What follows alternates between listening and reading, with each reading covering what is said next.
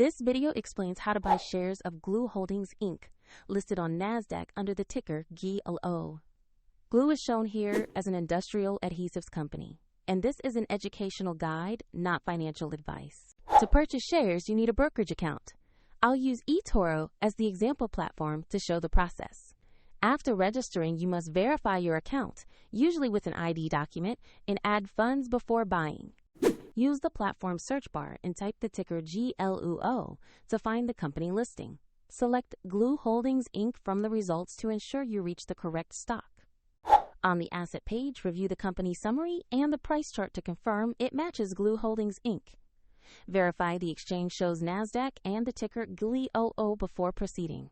Tap the Buy button, enter the amount you want to invest, then carefully review the order details before confirming.